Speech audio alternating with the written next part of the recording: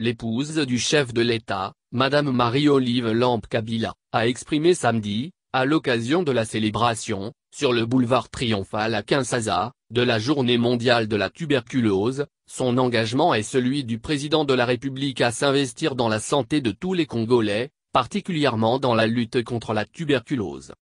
À ce propos, elle a révélé que le chef de l'État et elle-même soutiennent les actions menées par le Programme national de lutte contre la tuberculose, PNLT, et le ministère de la Santé afin d'éradiquer la tuberculose comme problème de santé publique en République démocratique du Congo d'ici 2030.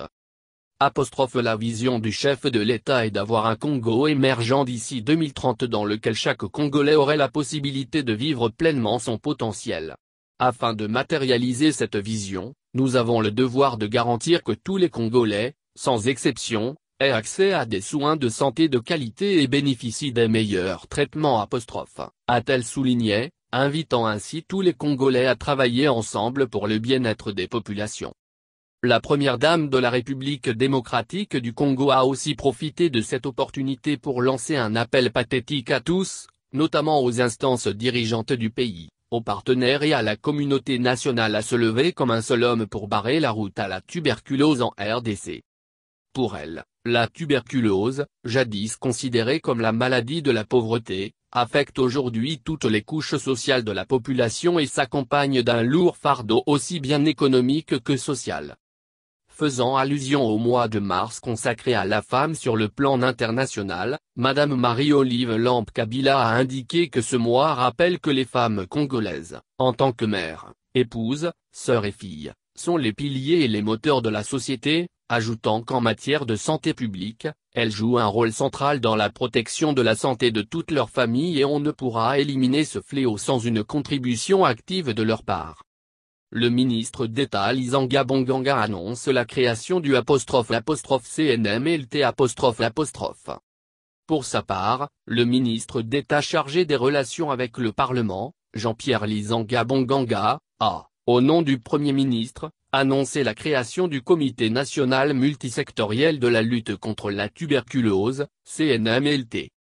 Ce comité aura entre autres mission d'élaborer la politique nationale multisectorielle de lutte contre la tuberculose qui permettra de fédérer les énergies et les interventions de tous les secteurs nationaux dans le but d'éliminer la tuberculose comme problème majeur de santé publique à l'horizon 2030, a-t-il précisé.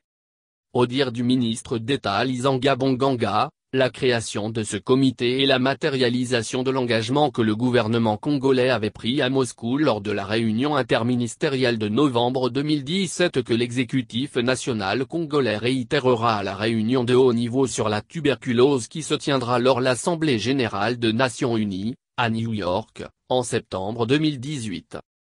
Il a ensuite exhorté les différents ministères des secteurs concernés susceptibles de contribuer à l'atteinte de cet objectif à ne ménager aucun effort en dépit des contraintes qui pourront survenir. Nous sommes tous concernés. L'élimination de la tuberculose comme problème de santé publique ne relève plus uniquement du domaine de la santé. Afin d'atteindre cet objectif, tous les autres secteurs de la vie nationale doivent s'impliquer dans la lutte, aux côtés du ministère de la Santé, a-t-il conclu. Acquisition des kits d'engagement par le ministre de la Santé.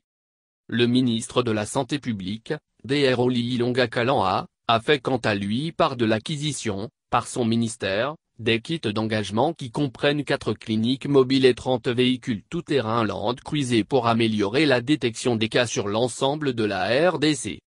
Chaque clinique mobile comprend un groupe électrogène, un laboratoire et une salle de radiologie avec un équipement numérique de dernière génération permettant de transmettre les images par télémédecine, a-t-il dit. La RDC était présente à la réunion de Moscou en novembre 2017 qui a abouti à la signature de la déclaration de Moscou pour mettre fin à la tuberculose. Cette cérémonie a été marquée par la présence des délégués de différents partenaires notamment les représentants de l'homme, de l'UZ et du Fonds mondial en RDC.